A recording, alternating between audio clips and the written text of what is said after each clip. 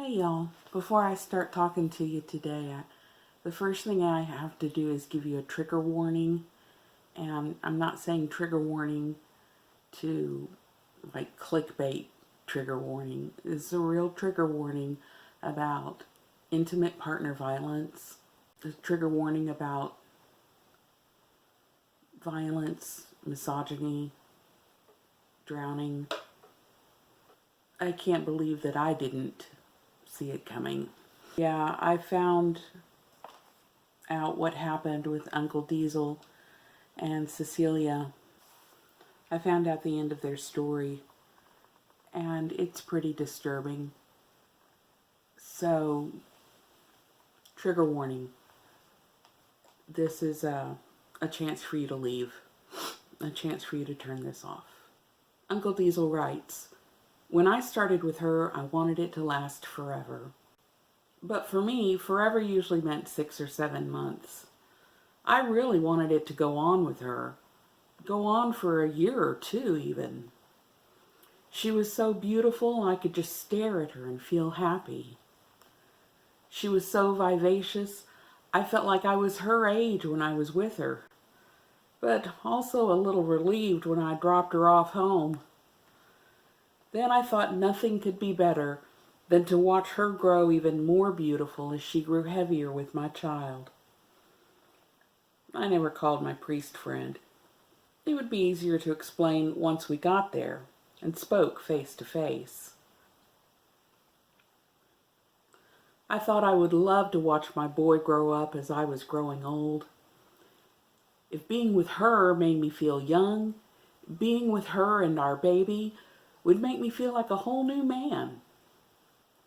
I had a few days to get a marriage license, but I never got one.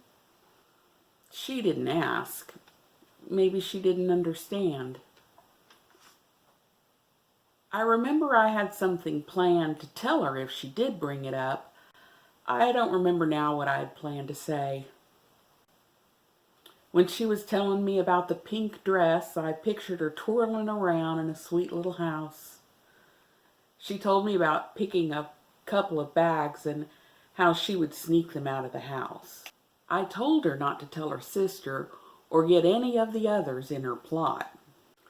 I felt relieved when she told me no one knew but me.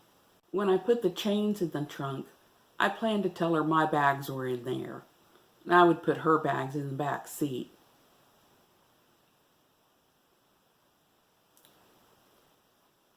To me, Uncle Diesel almost seems to be in a dissociative state, where one part of him is planning to marry her and spend the rest of their lives together, and a different part of him has a totally different plan.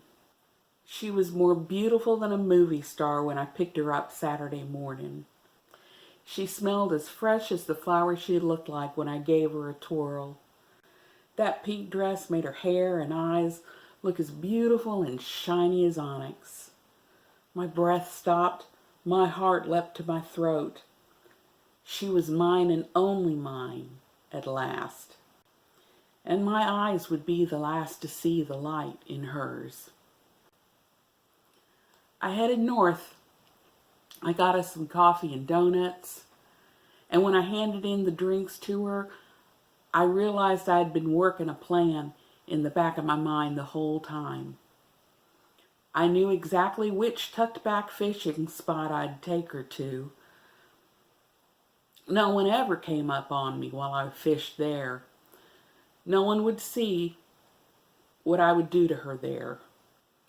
And it's like the dissociative different parts of Uncle Diesel have like integrated right there when he handed her the coffee. She chatted and chattered while I silently chewed. I had just finished when she went all quiet like. She turned to me and said, "This isn't the way I wanted it to happen, but I'm so happy. I can't believe it." And I told her, "Don't." I put my hands around her neck and squeezed. Oh, but she fought. She screamed so loud it scared me. I was afraid if God didn't hear her, someone on the road might. So keeping my hands around her neck, I dragged her down the bank and into the water. I got her head under the water, and I loosened my grip a little to let some water into her lungs. I squeezed and I held her down. She slowed her fighting, but I still held her down. She stopped altogether, but I still held her down. Her hair floated and flowed around her as free as silk or ink. Long after she stopped struggling, I pulled her up. She was gone. Cecilia's body was there, but Cecilia was gone. Her staring eyes spooked me like all of heaven's angels knew what had happened and what I'd done. Her dead, staring eyes cursed me. I could never forget. I've never been free for a minute from then till the day I wrote this down. My only hope is I may be set free when I die and go to hell. I'm only afraid hell won't take me after I've stolen a woman's innocence, ruined her and killed my own child inside of her. Her memory haunts me by day, her ghost, so beautiful and still the spirit of innocence, haunts my dreams. I laid her body on the bank. I wrapped her in the blanket we sat on. I couldn't have her hair or skirts floating up. I wrapped the swaddled body in chains, heavy, awful chains. I dragged the chained, swaddled body of the one and only love of my life to the deepest part of the river. I swam down to bury her, under the water, under the silt, under some rocks. I buried her. I don't ask for forgiveness. I don't deserve it. I don't ask to forget. I don't deserve that.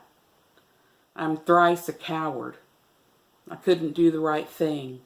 I was a coward. I couldn't own up. I was a coward. I'm burying this book to take this secret to my grave. I am a coward. All I ask is for someone to send me to hell so I can pay for what I've done. I guess I could say a million times. All of the warning signs, the clues, were all there. I feel guilty even though this all has nothing to do with me now. But I can take this information to the police, and I can turn her missing persons case into a closed case. And I can let the truth be known about good old Uncle Diesel wasn't really any good at all. I don't have anything to say about my stitching. I don't even have an earworm. I'm just going to stop the video here. And I will talk to y'all soon. Love, Spike.